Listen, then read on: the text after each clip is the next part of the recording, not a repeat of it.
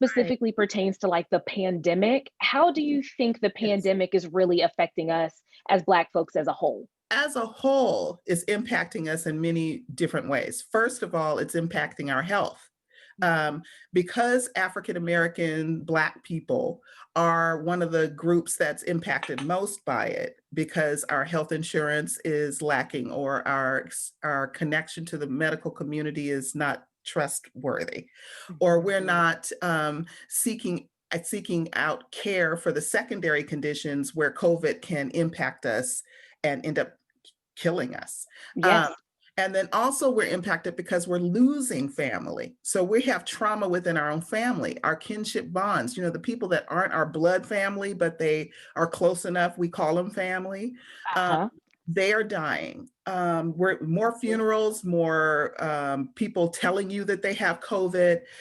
You can't go visit people in collective communities such as us.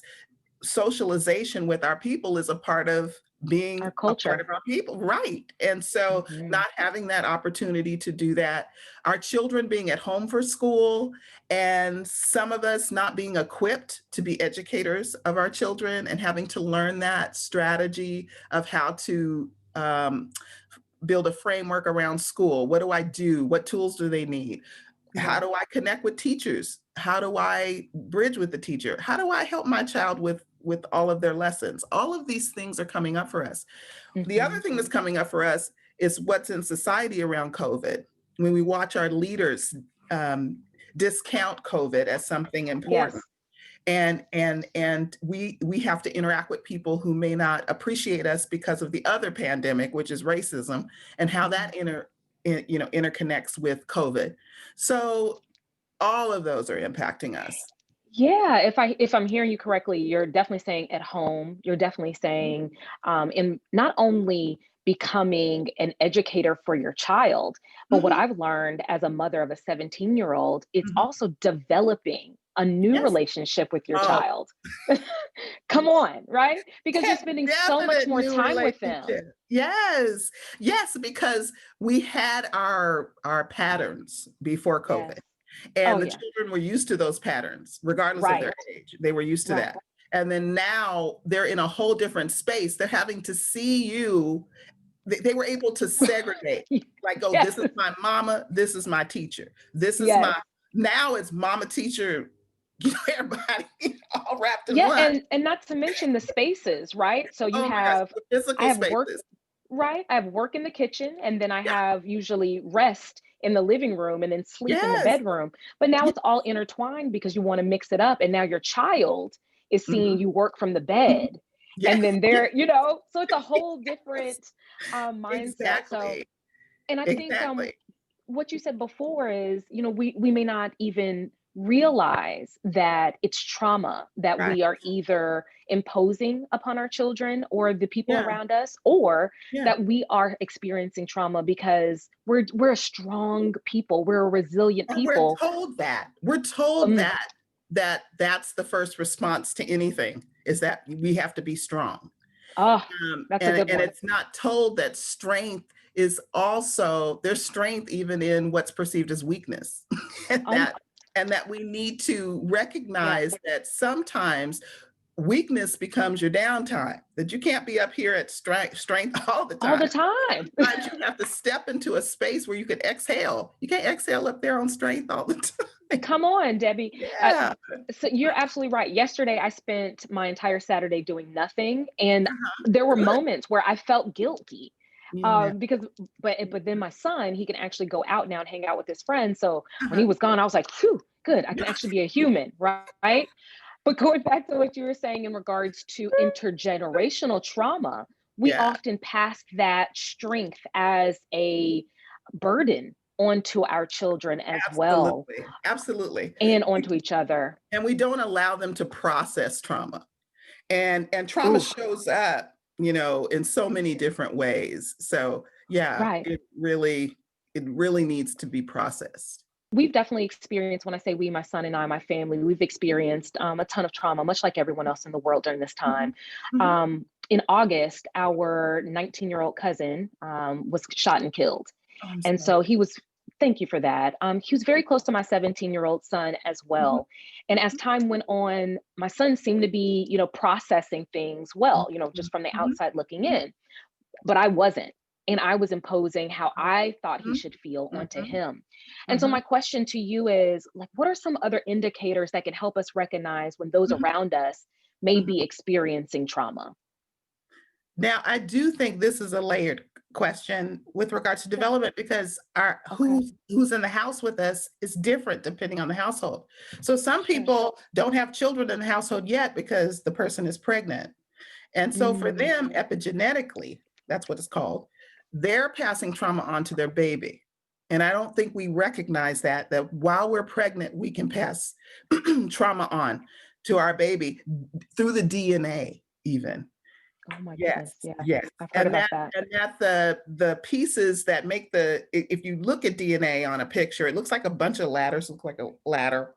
Yeah. Um, the what's holding the ladder together in that picture, those Hmm. little rungs, is what also protects us from disease. But when the more trauma we have, the more loose those become, and the more open the DNA helix becomes, making us vulnerable to disease. Oh So my goodness. that can happen even before a child gets here. Okay. Then the other thing that can happen with newborns is if the parents are experiencing trauma and it looks like depression or it looks like some type of disengagement, then babies stop engaging. So Mm, we become mirrored expressions for our babies. okay. There are examples where a parent who has an affect of a depressed affect, like that their baby looks like that. And if Oh, babies try to interact with their adult, I call them their grown yeah. up, and the grown Yeah. up doesn't interact back, then Mhm. babies become what we call in the field of psychology and development disorganized. You'll see babies flipping their hands. They do this, they don't know what to do. They're like, what's going on? This doesn't feel good. You'll watch them do that. Sometimes babies will have an effect like this. And you're wondering, why is Mm. that baby looks like What you trying to eyeball what are me? you looking at? Baby's looking Right, like, right, and right. that's the baby's response. It impacts attachment, how we attach to the baby. Whether the baby's getting a secure attachment or they're going to be anxious or are they going to be avoidant of relationships. This impacts. Okay.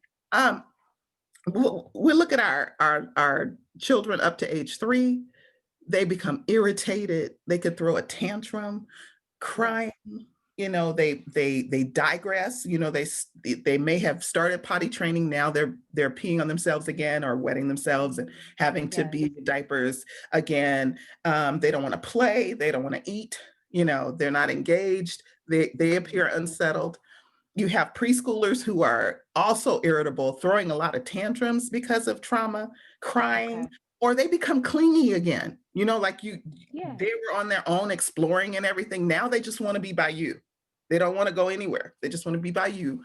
Okay. Or they're old enough to be verbal enough to ask questions. Because some families lost their jobs or their Hmm. houses. Yeah. Um, and so the child is like, where's my room? Where's the car? They're Come asking on. about those things because they're not there. And it's scary Right, right. because that changed, right?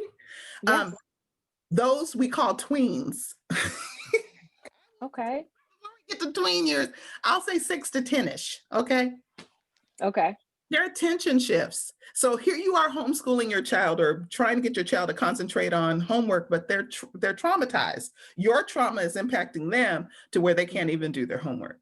They can't do their Sure. chores. They start feeling guilty. They think the reason why mom and daddy aren't working is their fault, something they did. They're afraid, Okay. are we going to eat?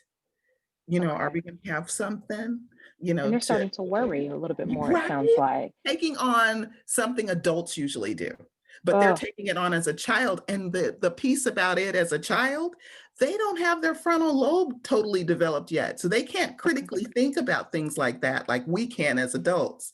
We have more Hmm. tools to do it. They Sure. don't. So it becomes irrational and it becomes larger than life. So like you said, your son is how old? 17? He's 17. Yeah. So for his age group, we could say 11 to 19, let's say, Okay. because that's an adolescent, pre-adolescent stage. Okay. They become silent. They might get isolated, depressed, irritable, Right. argumentative. They might Right. start Yes. causing arguments and talking back, saying things. I tell people all the time, the difference between a toddler and a teenager is just that teenagers have words for it. It's I so gotcha. different. I They're gotcha.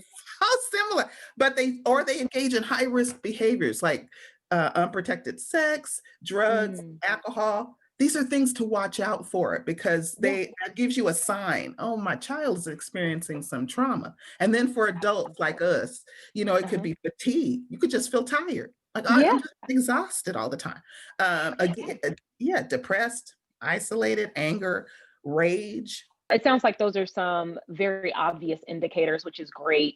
And oftentimes, as a parent, you think that they're just being rebellious. But to your Right, point, we have right, to be mindful that if these patterns are changing, then it truly exactly. is indicative that they're experiencing something else. And maybe they Oh, haven't had an absolutely. opportunity to really process that, like you said before. There is Yeah. someone that I saw that it was a post that they put up and they said that they may not be going back to work until, the summer of next year.